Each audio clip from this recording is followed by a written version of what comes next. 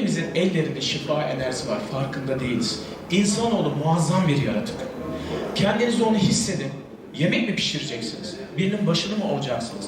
Çocuğunuza bir şey mi vereceğiz? Biz artık sırt sıvazlamaları, eli tutup göz göze bakmayı bunu unuttuk. Neredeyse ailede WhatsApp grubu kuracağız. Baba nasılsın? Hatta espriler var. Diyor elektrik kesildi diyor. İstanbul'da dalga geçiyor. Elektrik kesildi diyor. Bir gündür yoktu. Odamdan salona geçti. Diyor babam emekli olmuş, kız kardeşim evlenmiş. İşte ev seçiyormuş diye. Neredeyse ona yakın oldu.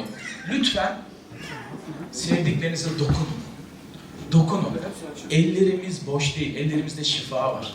Bir yemek yapacağınız zaman, bir şey yiyeceğiniz zaman o enerjiyi bir hissedin ellerinizde.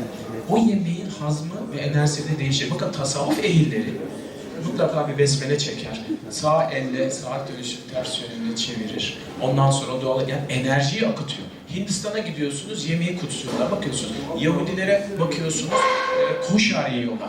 Yani bütün kültürlerde bu var. Bizim de ne sofra duamız kaldı, ne güzel bir arada göz bakışmamız kaldı, ne dokunmamız kaldı. Yemekte bile neredeyse böyle yiyoruz. Yapmayın bunu ne olur. Hiç olmazsa yemekte beraber oturulsun, göz teması kurulsun.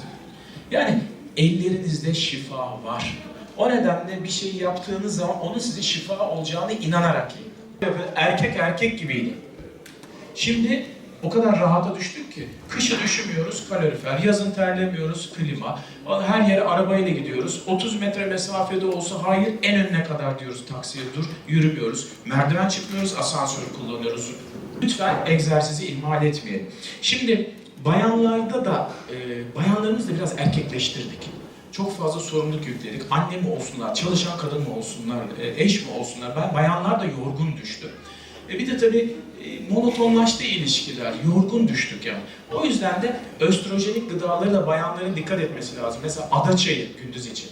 Akşam bu menopoz terlemeleri veya adet şeyleri için hayıt, anason, ondan civan perçemi, aslan pençesi gibi çaylar için.